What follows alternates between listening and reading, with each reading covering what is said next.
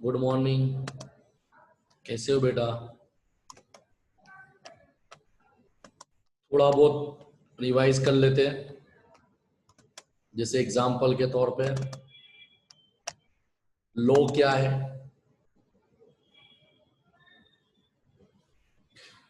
तो law is an agreement which is enforceable by law. यानी contract करने के लिए दो चीजों का होना जरूरी है, एग्रीमेंट और एनफोर्सिएबल बाय लॉ। फिर नेक्स्ट टॉपिक हमने देखा था what are the essential of valid contract, जो तुम्हारे सिलेबस का सबसे आईएमपी टॉपिक था। वो तुम्हारा पहला चैप्टर था। सेकंड चैप्टर स्टार्ट किया था ऑफर एंड एक्सेप्टेंस। तो उसमें सिर्फ हमने ऑफर ही कवर किया था कि ऑफर क्या है, ऑफर के रूल्स क्या है।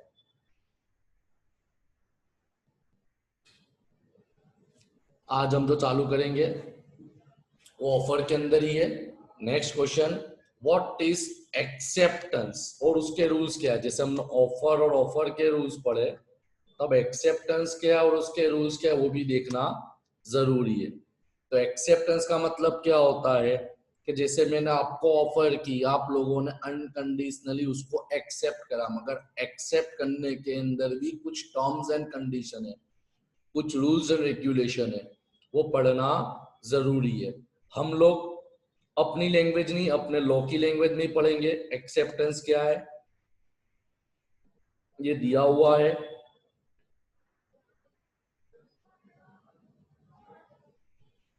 A proposal is said to have been accepted when the person to whom it is made signifies his assent. A proposal become promise when it is accepted. इसका मतलब क्या हुआ है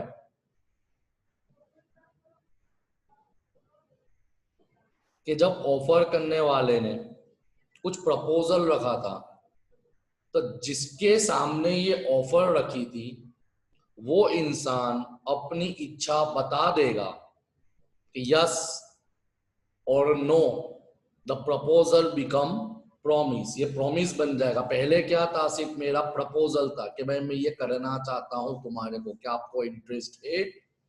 जैसे ही सामने वाले ने वो प्रपोजल को एक्सेप्ट कर लिया, ये बिकम प्रॉमिस बन जाएगी। अब कौन एक्सेप्ट कर सकता है? तो कॉमन सी बात है, हमने टाइप्स ऑफ ऑफर भी देखे ले कि जनरल ऑफर, स्पेसिफिक ऑफर। उसमें ये दो टर्म पढ़े थे। तो जनरल ऑफर का मतलब क्या होता था कि भाई वहां पे जितने लोगों को भी ऑफर किया गया है उसमें से कोई भी बंदा एक्सेप्ट कर सकता है। बट अगर आपकी ऑफर स्पेसिफिक ऑफर है, यानी स्पेसिफिक पर्सन के लिए है, तो वही बंदा एक्सेप्ट कर सकता है जिसको तुमने ये ऑफर की थी। क्लियर? ये पूरा पैराग्राफ वही बोलता है। अब स्टार्ट करते हैं इंपॉर्टेंट टॉपिक से, what are the rules of acceptance. अब बेसिकली तुमको ये लर्न करने जैसा आंसर नहीं है, क्योंकि जिसको ऑफर लर्न हो गया वो ऑटोमेटिकली एक्सेप्टेंस के अंदर भी मास्टर बन जाएगा, क्योंकि ऑफर के टर्म रिपीट होने वाले हैं। जैसे पहला पॉइंट क्या है,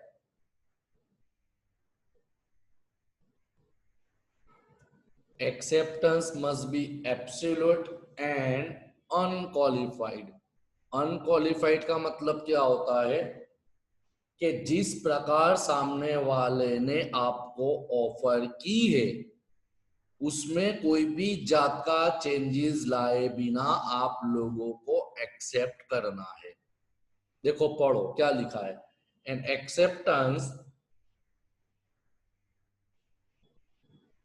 must be absolute or unqualified. It must be of all the terms of offer, यानी जैसे जैसे टर्म्स ऑफर में दिए वैसे ही होने चाहिए। This means the offeree means सामने वाला must accept all the terms of offer without any variation। यानी कोई भी ऑफर के टर्म्स में ऊंच नीच किए बिना एक्सेप्ट कर लेना। If there is any variation, it is not absolute acceptance, but it is counter offer। पढ़ा था ना कि मैंने बोला मैं अपना मोबाइल 8,000 में बेचना चाहता हूँ, तो आपने बोला सर 7 में देना है, इसका मतलब क्या करा आपने, ऑफर के टर्म में चेंजेस लाए, तो ये एक ऑफर भी नहीं हुई क्योंकि तो काउंटर ऑफर हो गई, क्योंकि उस संजोगों में ऑफर करने वाले व्यक्ति आप हो गए, तो उसको एक्सेप्टेंस नहीं कहा जाएगा। तो पहला पॉइंट क्या था, acceptance must B absolute and unqualified. Clear. अब पॉइंट नंबर 2 देखते, पहले आप पढ़ लो फिर मैं इसको एक्सप्लेन करता हूं सही तरीके से।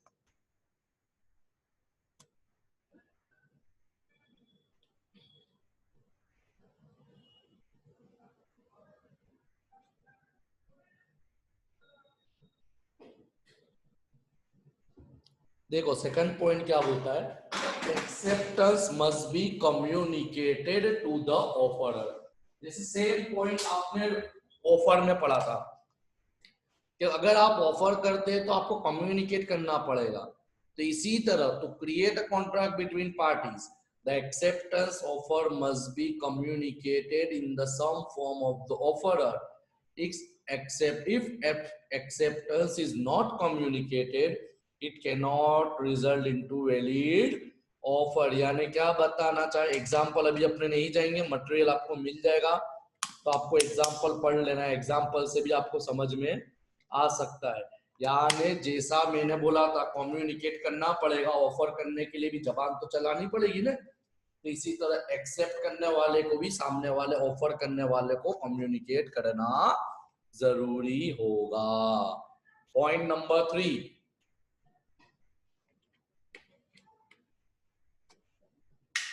acceptance must be according to mode prescribed। mode prescribed का मतलब क्या होता है, एक ही शब्दों में समझो। मैंने ऑफर की थी कि भाई जिसको भी मेरा मोबाइल परचेज करना है कल तक वो मुझे व्हाट्सएप पे इंफॉर्म कर दे। शब्दों पे ध्यान देना, व्हाट्सएप पे इंफॉर्म कर दे। इट मींस एक्सेप्टेंस करने वाले को व्हाट्सएप ही करना पड़ेगा, वो फोन नहीं कर सकता। क्लियर। देखो लिखा हुआ, while making an offer the offerer may prescribe a particular mode of his acceptance। Here the acceptance must be according to prescribed mode, but if no mode is prescribed, देखो ध्यान दो, if no mode is prescribed the acceptance must be according to the usual or reasonable mode।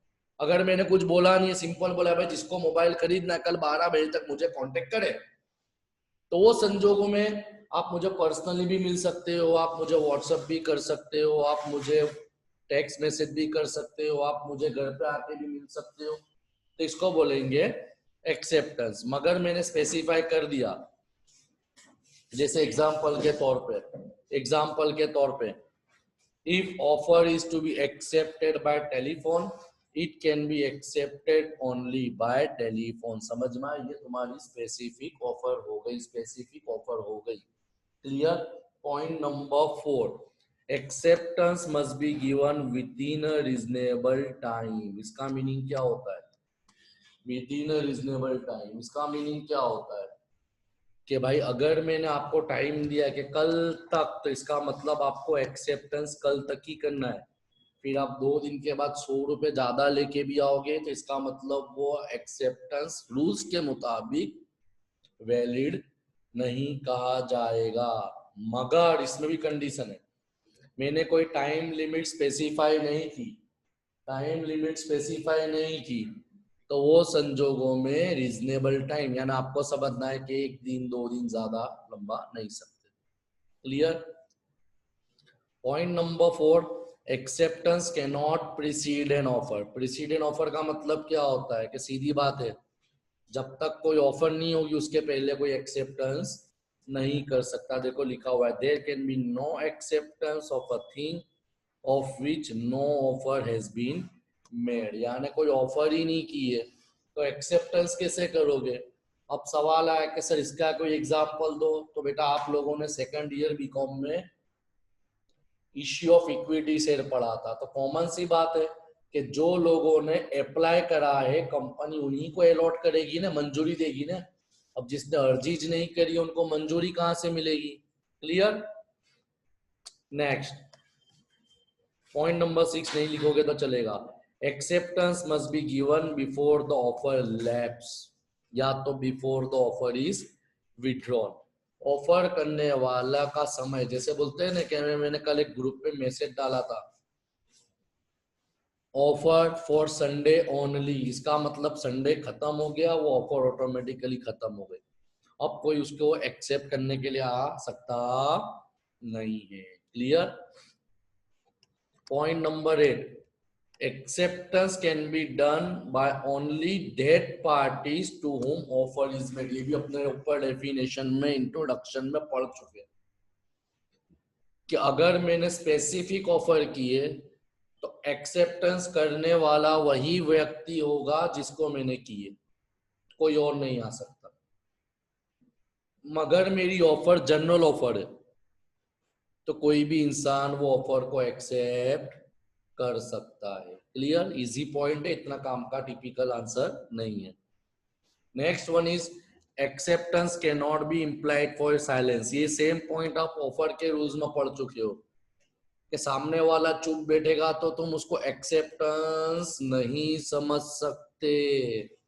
देखो लिखा है, N acceptance can be express और implied, but an acceptance of an offer cannot be implied from silence unless offer is indicated that the silence means the acceptance। समझ में आया कि चुप रहने को एक्सेप्टेंस नहीं बोला जाता, क्योंकि ऊपर वाला पॉइंट आपका आ चुका है, क्या वाला? कम्युनिकेशन वाला। ये लिया देखो, acceptance must be communicate to offer. यहाँ पे तुम्हारा ये आंसर कवर होता है। नेक्स्ट क्वेश्चन के लिए थोड़ी देर बाद शाम तक आपको दूसरा वीडियो रिकॉर्डिंग आपको मिल जाएगा। क्लियर?